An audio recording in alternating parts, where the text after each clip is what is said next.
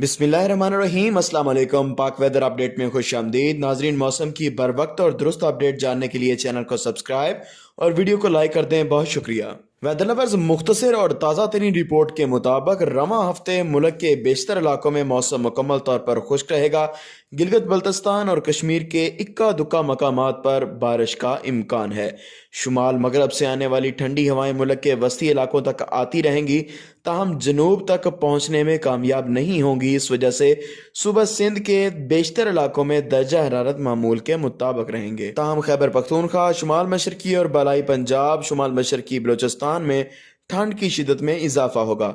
17 अक्टूबर से 20 अक्टूबर के दौरान मुल्क के बालाई इलाकों बाशमूल गिलगित बल्तिस्तान, कश्मीर, खिता पटवार, मरी, रावलपिंडी, इस्लामाबाद समेत बालाई इलाकों में एक और मगरबी सिलसिला असरअंदाज होगा, जिसकी वजह से इन इलाकों में बारिश, यालाबारी और पहाड़ों पर बर्फबारी मुतवक्के है।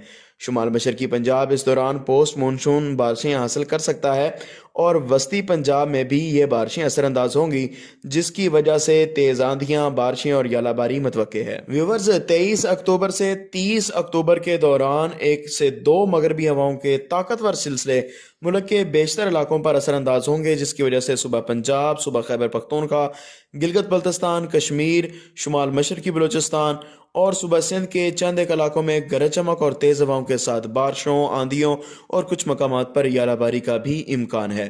इस सिलसिले की वजह से गर्मी की मुकम्मल छुट्टी हो जाएगी और स्मोग समेत सर्दी की शिदत में इजाफा देखने को मिलेगा।